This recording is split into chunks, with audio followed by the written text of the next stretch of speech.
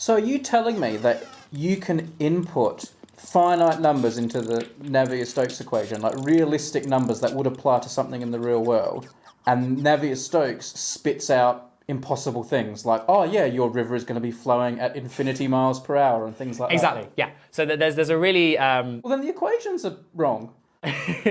but it's conservation of mass and it's Newton's second law. How can it be wrong? This is the sort of paradox. It's everything we've done here makes complete sense because these two laws, mass is conserved, Newton's second law, this will hold for any, like this works for a solid. It's not just fluid mechanics. You can do the same thing with solid mechanics. You get slightly different internal forces, but it's the same setup. So it doesn't seem like that bit should be wrong. You know, it's conservation of mass, it's forces, mass times acceleration. There's no reason to think that that's incorrect. So something somewhere is going wrong in the mathematical understanding. There's an example about the flow of a fluid around a right angle corner. You've built like a canal. Basically a canal, but we've got a really sharp right angle on the corner. Now, you solve Navier-Stokes. This says that at this point, this right angle corner, I have infinite velocity. If I build this canal, do I have an infinite velocity canal? I'm going to guess I don't.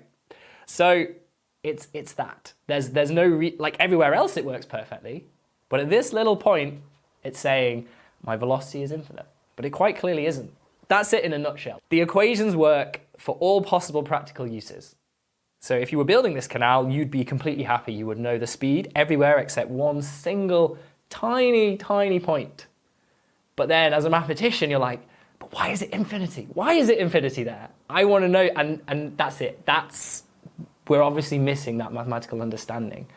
There's some difference there between the physics of it and the equations. We just do not understand them. So it's kind of like how division, like just simple division, works, and I use it every day. It's just there's this one glitch where if you divide by 0, it kind of goes a bit weird. Yeah, but that doesn't matter because I never actually need to divide by 0. Exactly. There are always ways around it. There are approximations. There are, you know, it's a very large number, so you just leave it at that. So this is something that doesn't really matter, but it matters to you. It doesn't matter to any application of Navier-Stokes, but it does matter to maths. And it's the classic case of, all right, if we solve it, we have no practical uses. But to actually figure out what's going on here, the maths we're going to uncover, it's going to be brand new. It's going to be stuff we've never looked at before, thinking of the problem in entirely new ways, and no doubt we will discover new maths, leads to all kinds of other incredible new advances in all this stuff to do with fluids. It's just, you know, all of these things that we use Navier-Stokes for, pollution modeling, climate modeling, blood flow, aerodynamics, all of these things, if we really understand the equations, those things are just going to get better.